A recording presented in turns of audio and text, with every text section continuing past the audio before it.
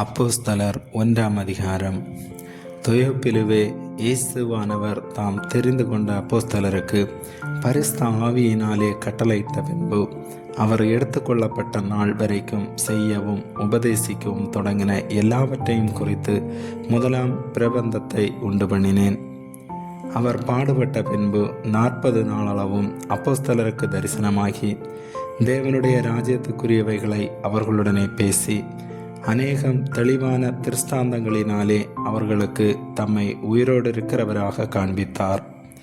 அன்றியும் அவர் அவர்களுடனே கூடி வந்திருக்கும் போது அவர்களை நோக்கி, யோவான் ஜலத்தினாலே ஞானஸ்நானம் கொடுத்தான். நீங்கள் சில நாளுக்குள்ளே பரிசுத்த ஆவியினாலே ஞானஸ்நானம் பெறுவீர்கள்.